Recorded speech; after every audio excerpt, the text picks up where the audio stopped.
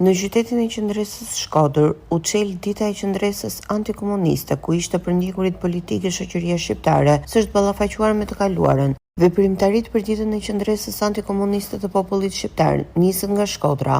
Në këtë qytet, simbol i rezistencës ndaj regjimit komunist, në të cilin u zhvillua një ceremoni përkujtimore pranë memorialit të viktimave dhe të dënuarve politik. Aktiviteti u organizua nga shoqata e ishte përndjekurve politik në Shkodër dhe pati mbështetjen e Bashkisë Shkodër. Në fjalët e tyre në memorialin e kujtesës, përfaqësuesit e shoqatës theksuan se edhe pse pas më shumë se 30 vitesh nga rënia e sistemit monist, shoqëria shqiptare ende nuk është përballur seriozisht me të kaluarën komuniste. Në këtë ditë kujtesës për shqiptarët e shkodranët, merrte pjesë edhe drejtuesi i qarkut dhe drejtuesi politik i Partisë Demokratike në Shkodër, zoti Luciana Boçi, i cili në fjalën e tij përsëriti ndjesën publike në emër të partisë për mungesën e vëmendjes ndaj kësaj shtrese ndër vite.